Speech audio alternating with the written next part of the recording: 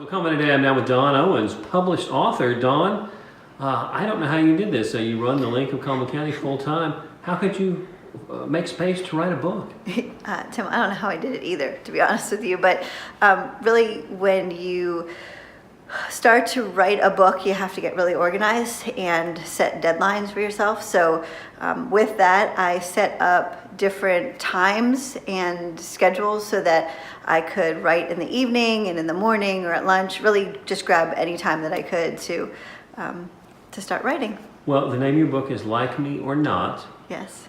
And it's an interesting book. How easy was this to get published? That's typically not a fast process or an easy one. No, it's typically not, and I'll just show the book real quick. Like me or not. The process was definitely a God thing, because typically a book takes about 2 years from the time that a contract's signed to get published. But I had my manuscript done, and I had gone to a Christian Writers Conference, pitched to agents, pitched to publishers, had some interest. In fact, of all the folks that I talked to, there was only one no, which is always good because it keeps you humble. But with that, even when they say yes, it's not a real firm yes, it's a yes, I'm interested. And so you have to go back and send them your book proposal and kind of follow up. And the process is getting an agent and then getting the publisher on board. Gotcha. So you have the book out now. Mm-hmm. Again, it's called Like Me or Not. It's about overcoming addiction approval. Yes. Now, when I hear that, I go addiction approval. Mm-hmm. Approval, addiction. What is that? And I took from that there's more in the world that's addictive beyond cigarettes or alcohol or drugs. Oh, yeah. You're saying that behavior is addictive, right? Oh, yeah. I mean, I definitely think there's things beyond substances we can be addicted to. For approval addicts, I think it falls into the realm of how much time are you consumed with worrying about what other people think of you, how they feel, do they like you, are they including you, all those different things. In the book I covered that there's different areas like insecurity, people pleasing, comparison, jealousy, running the gambit there. Do you get angry when people don't meet your expectations? I mean, there's just a lot that actually goes into being an approval addict, and I am definitely a professed one. Well, let me ask you this. When did you come about realizing you were such a thing? Because you're very well known in Cullman. You've done great things, I guess, to achieve approval. So it's been a motivating tool to make you do great things. I mean, where's the fine line? Well, my motivating tool really for all of this has been God. I mean, he's driven me through all of this. That actually happened about 6 years ago, right after I moved to Cullman, and God had me at a table. I was sitting down reading a Bible study and reading the stories of David and Saul.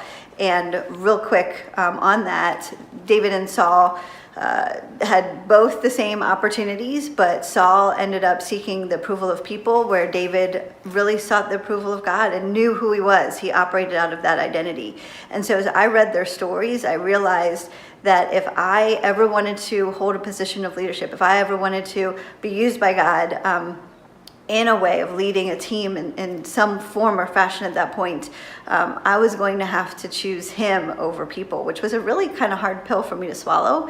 But that was pre-Link. And so it was the gut punch I needed. So as I started to work on the Link and trust the Lord in what he wanted as the vision, when I went out and talked to people, not everybody was excited about what I was doing at first. There was actually a lot of naysayers, people who said it wouldn't be, it couldn't be, or that I wouldn't be the one doing it. And so I had to come back every day after talking to somebody and getting some negative feedback, saying, okay, Lord, if this is what you want, then I'm going to have to trust you over seeking the approval of man.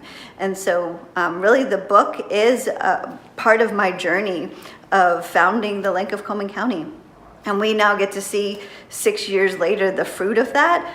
But believe me, I'm still in recovery. There's still stuff that I struggle with. I'm by far not even close to perfect. So I'm sure other people have this or something similar. Oh, yeah. Tell me about what your struggle typically is. What does that look like? What does that feel like? Well, and I think people can relate to it. We're in the age of social media, right? And so constantly you're posting things. And why are you posting them? Well, you want somebody else to see it. You want them to like it. You want them to comment on it. You want them to share it.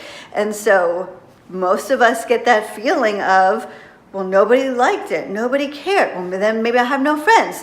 Maybe nobody likes me. And all of a sudden you're offended by people not even caring about what you wrote, right? Well, that can be one of the root core issues that you're dealing with as an approval addict. And that's just one of the ways. Offense can be one of those ways that it reveals yourself to you. Also, anger can be a part of that.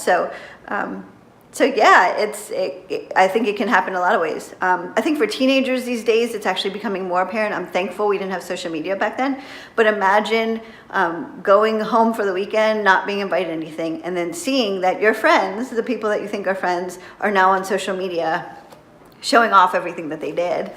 And so you just have that deep rejection feeling, right? And so, but if I know who I am, and I know whose I am, and I'm operating out of the identity that I've been given and purposed for, those things no longer matter as much. Those things, yeah, they might hurt to start with, but then if I remember that I'm God's, I'm his daughter, I'm chosen, I'm a royal priesthood, I'm a holy nation, that I've been given a purpose and a calling to do in my life, then what everybody else is doing doesn't matter as much as what he's doing for me. So I'm hearing you talk, and I'm thinking to myself, well, if I was out there and getting no validation from my social media community, it was just like a nothing. I post something, one like, and that was my mom. That almost sounds like it's a sign you should be doing something else with your time. Oh, definitely. Most definitely. And really, we all should be. I mean, social media has become such a focal point of our lives, but it hasn't always been, and it doesn't have to be. The challenge that I always say, it's ironic. I'm promoting a book about approval addiction, and where do I have to go to promote that book? Social media. So I constantly have to get approval from people, even the reader, to purchase the book, right? So it's all about approval, man, really, still. Yes. So speaking of buying your book, and Yes. I know there's people with this sort of issue and problem. It sounds like it's epidemic talking to you. Oh, yeah. How do they get this book? Is it in bookstores, online? How does that work? Yeah, so right now it's pre-order only, and you can go to Amazon, Barnes & Noble, Books A Million, christianbooks.com and purchase the book online. If you head to my website, www.dawnmowens.com, and there's actually some pre-order giveaways that are listed there that are really fun and exciting, along with the first three chapters of the book. May 15th, the book will be out in bookstores, and you'll be able to purchase that wherever books are sold.